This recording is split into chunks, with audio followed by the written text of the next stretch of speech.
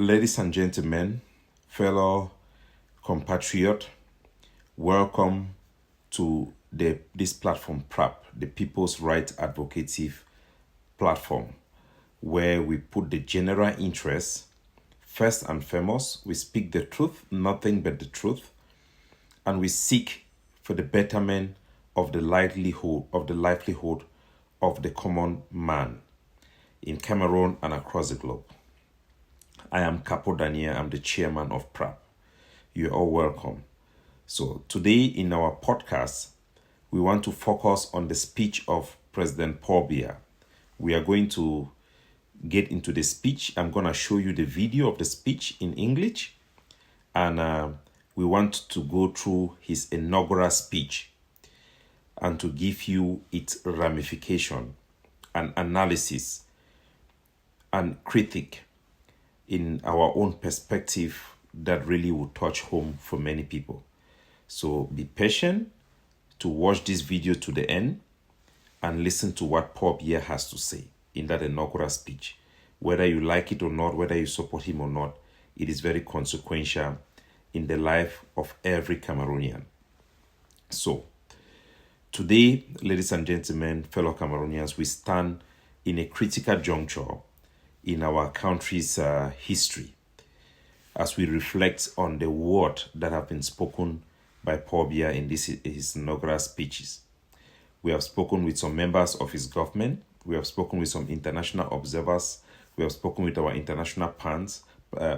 We have discussed with some lawyers that we discuss with on the ground, and some of the people within our network that are very informed people. So Paul Biya was sworn in for his 8th terms as an 8-term president in Cameroon. He has given a policy speech. We are meant to be to understand that it's a policy speech. And he talked about wanting to unite Cameroon for a prosperous future. That is what he said, and that is what his people think he means. Plus, he focused his speech and his policy to empower the youth and women. Now, he did claim in his speech, I've watched it all, that international observers recognize the election as legitimate and transparent. That is what Paul Biya said in his speech. However, the two international observers that were in Cameroon was from the United Nations and the European Union. Both of these observers didn't exactly give a thumb of approval to the election that happened in Cameroon. The European Union, their statement expresses concern about the violent crackdown on the protest. They never reaffirmed the election result, which is very telling of their position. The next international observers was the United Nations. Their statement noted the election result, but did not endorse it. That is it. So Paul Biya in his speech talks about international recognition of the result. That is not the reality.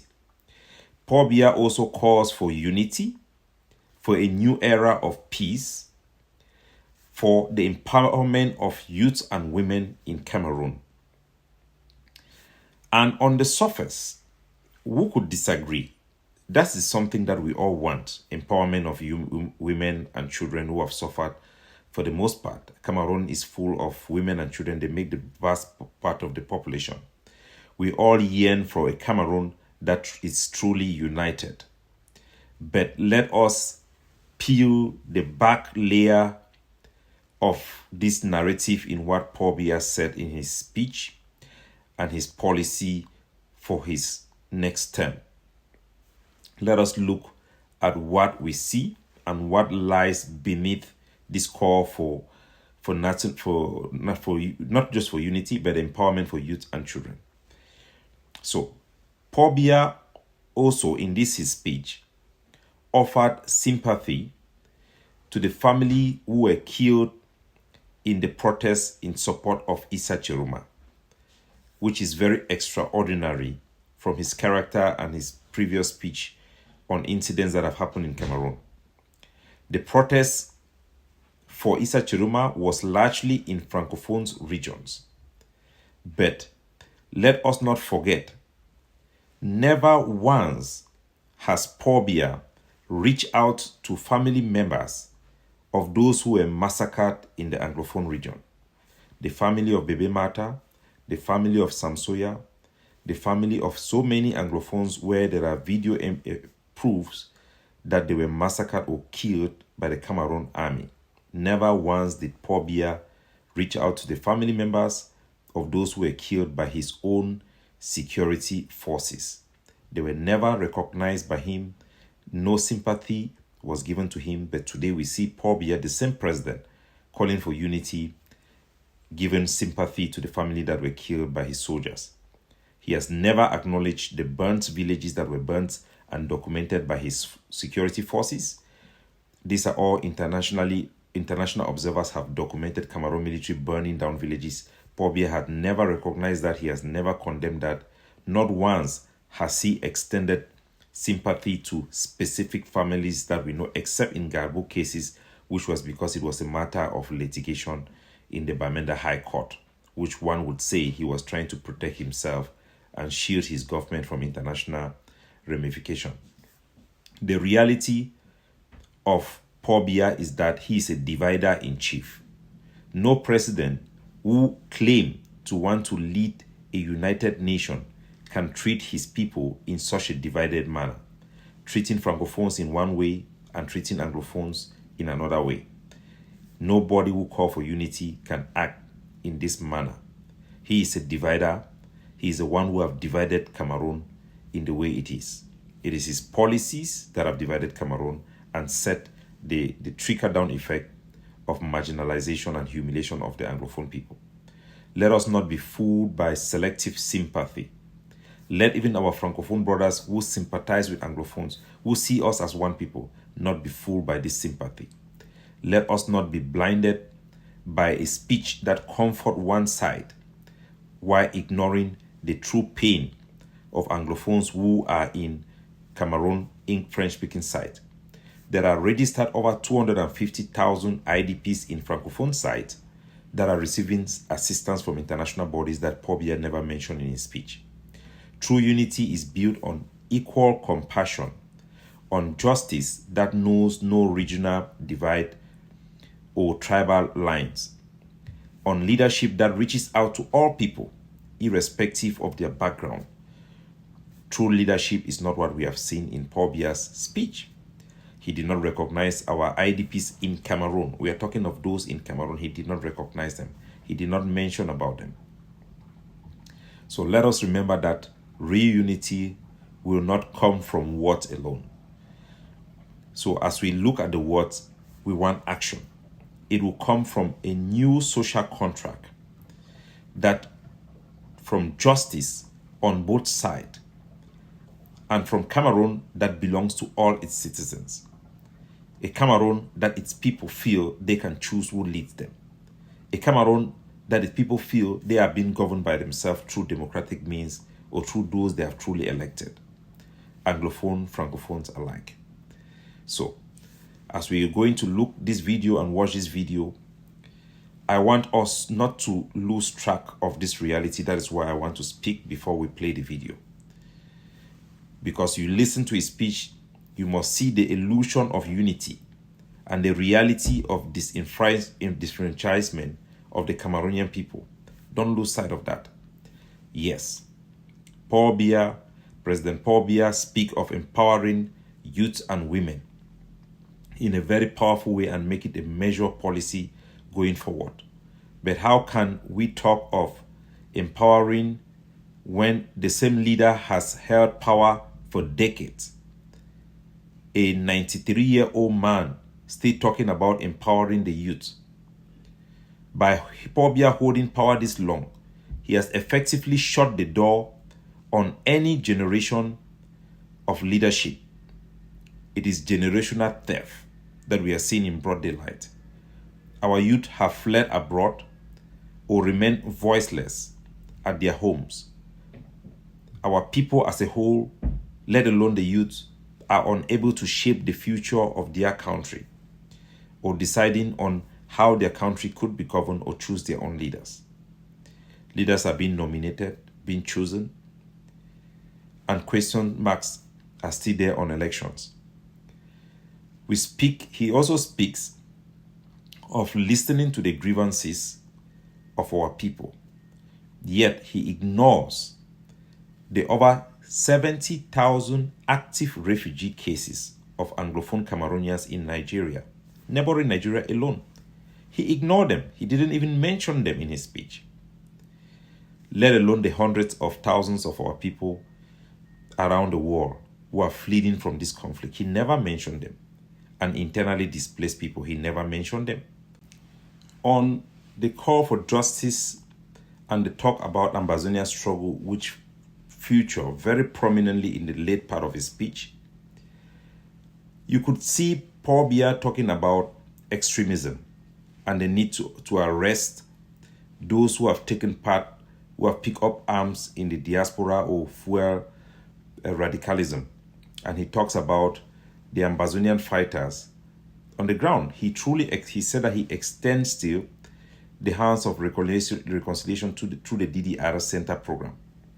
But let us not forget, these so-called extremists in the diaspora who speak and incite this violence are part and parcel of the product of Paul Biya's government, his failed policy, a failed assimilation that the president himself has admitted in France, of his failed policy to assimilate Anglophones into the majority Francophone system, something that violates the cardinal points of the creation of Cameroon. True justice means accountability on both sides.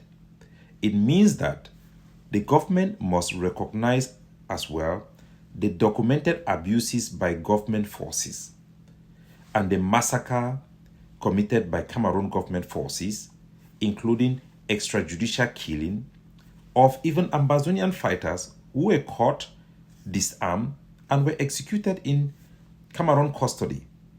It means that the government must acknowledge and take responsibility that some of those who were sitting in that inaugural hall, like Ngala Gerard, like Paul Atanganji, and the host of his CPDM member who called on Cameroon military to go on operation, using them to target political opponents, some of them who directly instigate and fuel even the conflict, are sitting in that hall.